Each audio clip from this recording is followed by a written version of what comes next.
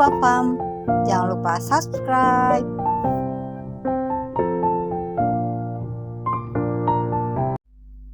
Assalamualaikum warahmatullahi wabarakatuh. Alhamdulillahirrabbilalamin. Wassalatu wassalamu ala asyrafil anbiya'i wal mursalin Sayyidina Muhammadin wa ala alihi wa sahbihi ajma'in, amma ba'd. Alhamdulillah, segala puji hanya bagi Allah Rabb semesta alam yang telah melimpahkan begitu banyak sekali nikmatnya, diantaranya yaitu nikmat iman, nikmat Islam, dan nikmat sehat walafiat, sehingga kita bisa menjalankan aktivitas kita sehari-hari. Salawat dan salam selalu tercurah kepada Nabi Muhammad SAW. Apa kabar teman-teman semua? Mudah-mudahan teman-teman dalam keadaan sehat walafiat ya. Pada kesempatan kali ini saya ingin membahas tentang overthinking. Pernah nggak sih teman-teman memikirkan suatu hal secara terus-menerus, atau berpikir coba aja, kalau aja, seandainya. Nah, bisa jadi teman-teman termasuk dalam orang yang overthinking. Nah, apa sih overthinking itu? Terus tanda-tandanya seperti apa? Penyebabnya seperti apa? Dan dampaknya bagi kesehatan mental kita, dan juga solusinya. Yuk kita bahas satu persatu. Definisi dari overthinking adalah ya kondisi ketika kita berpikir ya tidak lagi menimbulkan problem solving dan bahkan menambah masalah baru. Sedangkan menurut Jeffrey Huffman dikatakan bahwa overthinking adalah proses menganalisis dan memusingkan suatu hal secara terus-menerus. Nah, dari definisi itu kita bisa tahu tuh apakah kita termasuk orang yang overthinking. Nah, selanjutnya tanda-tanda overthinking. Yang pertama, jika ada suatu masalah, dia nggak fokus untuk mencari solusinya. Terus yang kedua, selalu memusingkan suatu hal yang berulang-ulang gitu ya, selalu dipikirin gitu hal tersebut gitu. Terus yang ketiga, rasa cemas menyebabkan kamu tuh jadi susah tidur dengan nyenyak.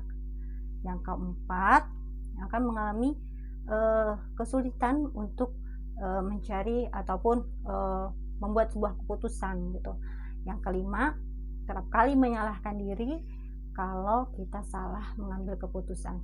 Itu adalah tanda-tanda orang yang overthinking. Mungkin ada selain itu juga ada mungkin tanda-tanda yang lain gitu, yang jelas bahwa jika kita berpikiran tentang suatu hal terus menerus berlebihan, dan bahkan kita nggak mau berusaha untuk mencari solusinya, berarti itu termasuk orang yang overthinking. Selanjutnya, apa sih penyebab dari overthinking itu? Nah, penyebab dari overthinking yang pertama adalah trauma masa lalu. Nah, kalau trauma berarti kan trauma masa lalu berarti kan kejadian yang udah pernah terjadi ya. Ya pasti kita pernah merasain suatu hal yang memalukan, terus pernah melakukan kesalahan, terus pokoknya hal-hal yang buruk atau negatif. Dan bisa juga sih hal-hal yang positif, tapi mungkin lebih banyak kita melakukan hal-hal yang kesalahan gitu, ataupun membuat hal kita jadi kepikiran gitu ya, karena trauma masa lalu itu. Ya misalnya kayak gini, misalnya kita menyalahkan diri kita jika kita menjadi penyebab atas kematian teman kita, ataupun menyebab kecelakaan dari sahabat kita ataupun yang lain gitu, karena mungkin pas saat itu kita lupa, kita nggak ngingetin dia untuk berhati-hati ataupun harus memakai seatbelt gitu ya, untuk menjaga keamanan gitu ketika berkendara gitu. Jadi kita paling menyalahkan, aduh ya gimana ya nih, coba aja kalau aja. Nah, itu hal-hal seperti itu. Yang kedua mungkin adalah karena kita terlalu pesimis gitu akan terhadap suatu hal yang belum kita lakuin gitu. Kita pesimis duluan gitu, aduh kayaknya aku nggak bisa deh, kayaknya untuk ngejalanin ataupun melakukan hal itu kayaknya nggak sanggup deh, kayaknya aku terlalu banyak kekurangannya dan lain sebagainya. Kita pesimis gitu. Yang ketiga, kita terlalu perfeksionis. Nah, terlalu perfeksionis juga nggak bagus juga, karena kalau ya kita orang perfeksionis kan udah mengatur semuanya itu dengan rapi gitu ya. Kalau rencana ini gagal, dia punya rencana ini dan selanjutnya gitu. Ketika rencana itu nggak sesuai dengan apa yang dia inginkan, dia jadi kayak aduh kan gitu, kayak kesel gitu dan lain sebagainya gitu. Oh, udah dipikirin sama dia nih karena nggak sesuai dengan apa yang dia inginkan gitu.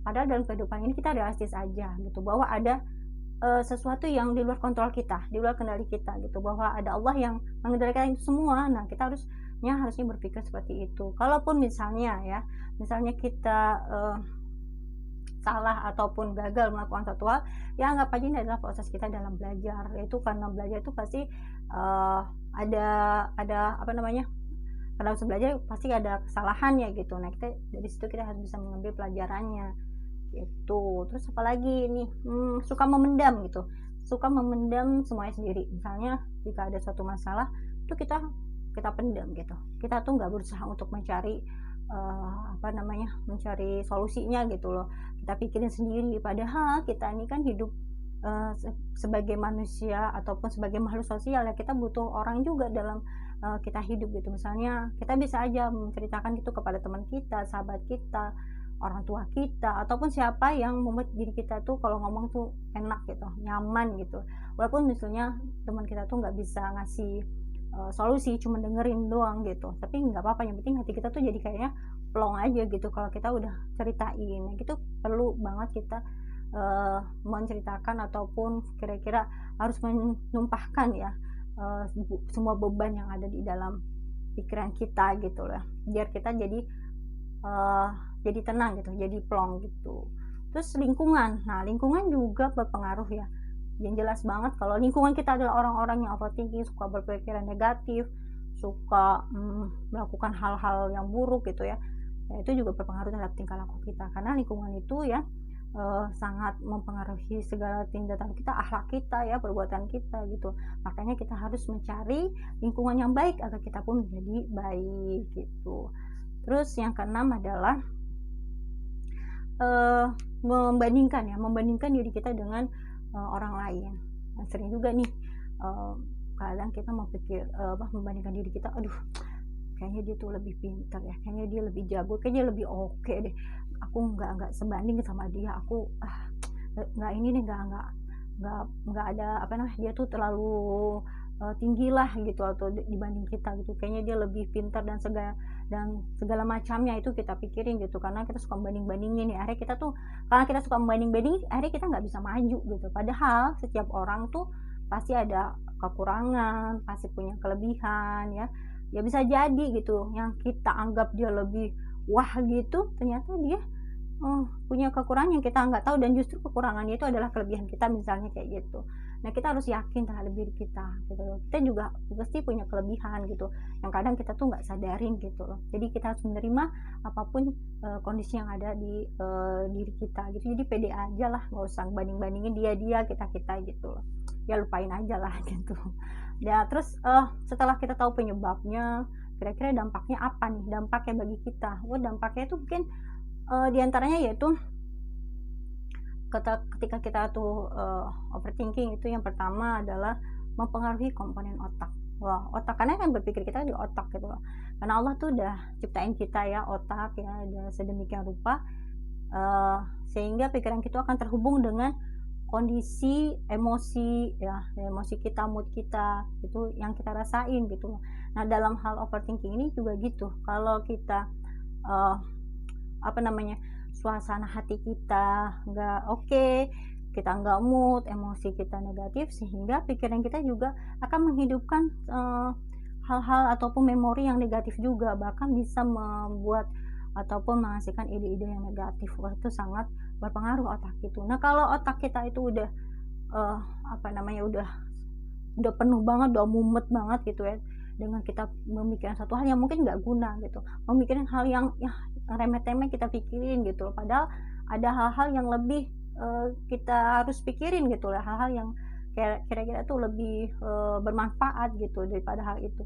Nah, karena udah mumet kayak gitu ya, udah pusing kayak gitu, kita jadi stres. Nah, stres itu kan ya, orang yang stres itu kan ngeluarin hormon namanya hormon kortisol, yaitu akan mempengaruhi otak kita juga gitu ya. Nah, karena otak kita itu kan ada sel-sel yang dimana ada bagian untuk belajar, di situ ada untuk mengingat, emosi. Nah, kalau udah kayak gitu, udah stres, itu bisa menimbulkan, udah stres akut gitu ya, ya bisa jadi kita punya kecemasan, punya kekhawatiran, sedih gitu kan. Wah, kayaknya udah mempengaruhi kesehatan mental kita itu, karena tadi itu, karena beban pikiran kita udah terlalu penuh gitu ya. Itu tadi menyebabkan kita bisa jadi stres tadi gitu. Yang kedua apa? Mengganggu sistem pencernaan. Yang kalau orang udah punya banyak pikiran gitu, biasanya itu udah pusing gitu, bisa menyebabkan asam lambung kita naik, terus juga menyebabkan iritasi lambung, sekresi lambung, pokoknya mengaruhi sistem pencernaan. Nah, biasanya orang-orang yang suka penyakit mah itu biasanya orang yang punya banyak mikir gitu, banyak mikir gitu, akhirnya ya dia kadang-kadang memikir ya lupa dia makan atau sebagainya gitu, karena udah sibuk gitu dengan memikirkan suatu hal gitu ya. Terus apalagi nih yang setelah dia mempengaruhi kemenangan otak, terus juga mengganggu sistem pencernaan, yang ketiga dia akan mengalami kesulitan tidur. Wah, ini udah pasti kita mengalami kesulitan tidur. Kenapa nih? Ya karena kan kalau biasanya kalau kita memikirkan suatu hal gitu, kadang kita sebelum tidur nih kita mikir, oh tadi ada kejadian-kejadian apa yang terjadi hari itu ataupun yang udah lalu, kita pikirin gitu, coba aja aku begini gitu kan, ada aja tuh ya pikiran-pikiran kayak gitu. Akhirnya membuat apa nih, otak kita kan kalau kita mikir otak kita kan bekerja, nah kalau udah bekerja otomatis mata kita juga melek gitu, mata kita terbuka, nah kita jadi sulit tuh tidur ya kan. Nah kalau udah sulit tidur terus tidur kita udah nggak berkualitas, ketika bangun wah repot banget tuh. Kenapa tuh repotnya? Yang ibu-ibu nih misalnya udah akhirnya kali tidurnya kurang, jadinya emosian ataupun udah capek badannya, akhirnya mau beli makan atau membuat sarapan atau buat mempersiapkan anak buat sekolah gitu tuh, atau suaminya mau berangkat kerja tuh jadi kacau gitu, karena kitanya nggak fit, kitanya nggak mood gitu, karena udah kecapean karena kurang tidur. Ataupun kita nih sebagai mahasiswa gitu, misalnya kita punya banyak tugas kuliah, kuliah ini mata kuliah ini ada tugas, mata kuliah ini ada tugas gitu, mata kuliah ini tugas banyak sekali, akhirnya karena udah nggak mood gitu ya, badan kita udah capek, udah lelah, akhirnya deadline pada hari itu gitu, sedang kita belum ngerjain tugas itu, akhirnya terbengkalai, yaitu karena pikiran kita jadi mumet, pusing, akhirnya badan kita juga jadi capek, kita suruh ya tidur yang nggak nyenyak, udah mempengaruhi semuanya, itu mengganggu dari produktivitas kita ya kan. Nah terus apalagi setelah sulit tidur, mengganggu kreativitas. Kalau udah mengganggu kreativitas, kita juga harusnya kita bisa menghasilkan ya ide-ide yang kreatif gitu ya, menghasilkan ketika kita kerja gitu, otak kita fresh kan. Kalau otak kita fresh, kita bisa menyelesaikan suatu pekerjaan itu dengan cepat. Misalnya kita dapat karena kita misalnya bekerja gitu, pekerjaan yang dikasih sama bos udah kelar, udah selesai gitu, karena kita udah tahu nih kayak gimana caranya atau gimana solusinya gitu loh. Terus kita juga misalnya orang yang bidang kreatif gitu ya, misalnya ya pikiran-pikiran briliannya dia tuh kalau dia udah mumet, udah pusing duluan atau udah capean, akhirnya nggak keluar tuh ide-idenya gitu, makanya jadi kacau. Itulah karena itu sampai pengaruh terhadap tadi, karena otak kita udah pusing, udah mumet dengan pikiran-pikiran yang seharusnya kita hempaskan saja, kita udah lupain aja gitu. Nah itu adalah dampak dari orang yang overthinking. Nah terus solusinya bagaimana gitu? Solusinya bahwa kita pertama harus sadar bahwa apapun yang telah Allah berikan kepada kita ya, baik ujian kesabaran terhadap ujian kenikmatan ataupun kesusahan, ya harus kita terima. Yang penting yang jelas bahwa kita harus menerima apapun yang Allah berikan tadi gitu. Makanya ketika kita punya masa lalu yang buruk gitu, punya masa lalu yang kayaknya harusnya nggak terjadi gitu hal tersebut, ya harus menerima aja dulu, kita terima, terus kita minta pasrahkan aja kepada Allah. Nah karena kita sebagai orang yang beriman gitu ya, kita juga punya Islam juga telah mengatur itu semua gitu. Yang pertama, bagaimana kita berhusnuzan kepada Allah, bahwa Allah tuh udah berbuat baik, berpikiran baik kepada Allah gitu ya. Karena prasangka Allah itu sesuai dengan prasangka kita, makanya kita harus berpikiran yang positif, yang baik kepada Allah, bahwa semua yang Allah berikan kepada kita itu pasti baik buat kita. Kalaupun misalnya itu ternyata buruk buat kita, ternyata kita harus lebih memperbaiki diri kita lagi, kita harus berusaha lebih baik lagi, lebih mendekatkan diri lagi kepada Allah gitu kan, harus banyak ibadah dan lain sebagainya. Yang kedua ya tawakal gitu.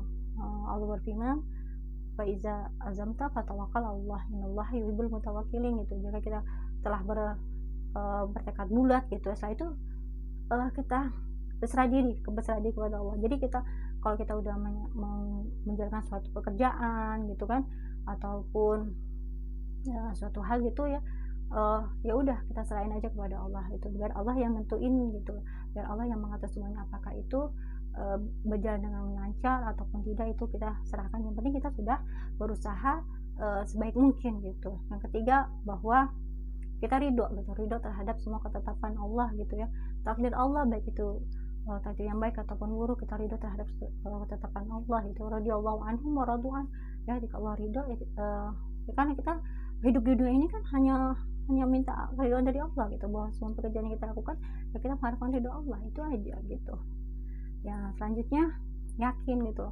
yakin bahwa misalnya kita telah di masa lalu kita gitu, kita telah melakukan perbuatan dosa, perbuatan maksiat yang kita lakukan, terus kita berpikir, aduh Allah maafin gak ya, aduh kalau gak dimaafin gimana ya gitu. Kita yakin bahwa kesalahan itu ya, jika kita bertobat insya Allah akan menghapus ataupun mengampuni kita gitu. Ataupun kejadian yang sudah lalu gitu, yang sudah lalu, yang akhirnya mengganggu pikiran kita gitu ya, ya kita yakin aja bahwa itu adalah yang Allah berikan kita adalah yang sudah terbaik gitu loh. Kita yakin bahwa Allah juga akan memberi jalan keluar gitu dari setiap permasalahan yang kita hadapi. Allah pasti kasih solusi jika kita meminta kepada Allah, dan kita juga berusaha gitu. Jangan sampai pikiran-pikiran kita tadi itu mempengaruhi kita untuk selalu berpikir, dan kita nggak berusaha untuk mencari solusi, ataupun kita hanya memikirkan saja tapi kita nggak mendekatkan diri lagi kita kepada Allah, minta kepada Allah gitu loh. Itulah solusinya. Ataupun mungkin ya, itulah solusi yang bisa kita jalani gitu ya, dalam kalau kita adalah memang adalah orang-orang yang beriman, dan kita yakin bahwa dengan adanya Allah itu semua masalah hidup kita itu juga akan selesai gitu.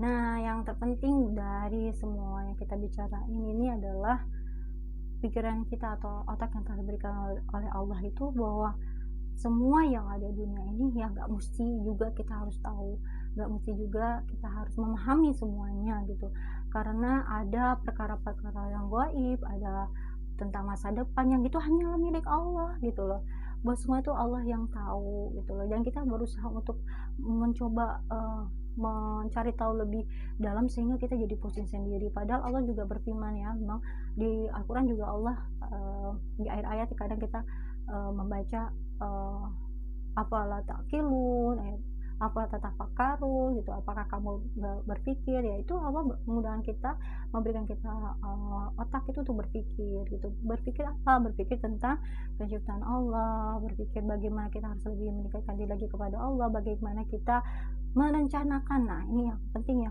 bagaimana kita merencanakan kematian yang terbaik, kematian yang indah, supaya kita masuk pada orang yang husnul khotimah. Makanya kita harus positive thinking gitu ya, kita harus bagaimana kita punya persiapan diri kita untuk menghadapi hari akhir nanti, berpikir tentang bagaimana pertanggungjawaban kita di akhirat. Makanya kita harus melakukan hal-hal yang baik, lebih meningkatkan lagi ketakwaan kita. Itu yang harusnya kita pikirkan gitu ya, dan kita harus kerjakan, harus apa gitu, sehingga itu yang kita kerjakan benar ibadah, sehingga mendapat pahala dan Allah memberikan kita surganya gitu. Jadi kita jangan memikirkan suatu hal yang sudah gitu, memikirkan sudah yang kayaknya kalau kita pikirin juga nggak akan membuat kita jadi lebih baik lagi gitu, kalau kita cuma memikirkan gitu ya. Walaupun misalnya kita udah mempersiapkan diri kita gitu untuk hal-hal yang belum terjadi, belum tentu juga ketika kita menghadapi masalah itu kita bisa gitu, kita bisa bisa menghadapi hal itu gitu, waktu kita sudah melakukan persiapan gitu. Jadi memang ya tadi, bahwa ada hal-hal yang di luar kendali kita, bahwa ada satu yang bisa kita kendalikan dan ada yang tidak bisa kendalikan gitu. Ternyata Allah lah ya, dan Allah lah yang mengendalikan itu semua. Jadi ya kita mintanya hanya kepada Allah, dan kita harus sadar, kita harus menyadari bahwa kita sebagai manusia pasti punya banyak kekurangan. Kita harus menerima segala hal yang terjadi pada kita gitu, bukan kita pikirin terus, bahkan nggak jadiin solusi, nggak bisa mencari solusi gitu, tetapi ya kita harus melakukan hal yang lebih baik lagi agar kita jadi tidak melakukan tidak fokus untuk memikirkan hal-hal yang sudah-sudah ataupun yang belum terjadi tentang masa depan kita seperti apa gitu ya. Jadi nggak usah kita pikirin, yang penting kita melakukan hal terbaik yang dilakukan sekarang gitu, yang terbaik, ataupun kita memperbarui mungkin yang sudah lalu, kita jadikan pelajaran. Itu kayaknya yang terpenting di dalam kehidupan kita. Jadi kita buanglah pikiran-pikiran negatif, memikirkan suatu hal yang tidak ada gunanya buat kita, bahkan bisa mengganggu kesehatan mental kita, dan bahkan bisa lebih menjauhkan diri kita daripada Allah gitu ya. Teman-teman, ini ada doa bagaimana supaya kita bisa meminta kepada Allah agar hati kita menjadi tenang ya. Bismillahirrahmanirrahim. Allahumma inni as'aluka nafsan bika mutmainnah tu'minu biliqa'ika wa tarda biqada'ika wa taqna'u bi'ata'ika. Ya Allah, aku mohon kepadamu jiwa yang tenang kepadamu, yakin bertemu denganmu ya, ridho terhadap ketetapanmu, dan merasa cukup terhadap pemberianmu. Itu bisa kita baca ya ketika kita merasa pikiran kita kalut, pikiran kita pusing, hati kita juga nggak enak, itu bisa kita baca doa ini. Oke, itu aja teman-teman ya yang bisa saya sampaikan. Mudah-mudahan bermanfaat ya, khususnya untuk saya sendiri, dan saya mohon maaf jika ada kesalahan. Saya akhiri dengan al-haqqu min rabbik fala takunanna minal mumtarin. Wassalamualaikum warahmatullahi wabarakatuh.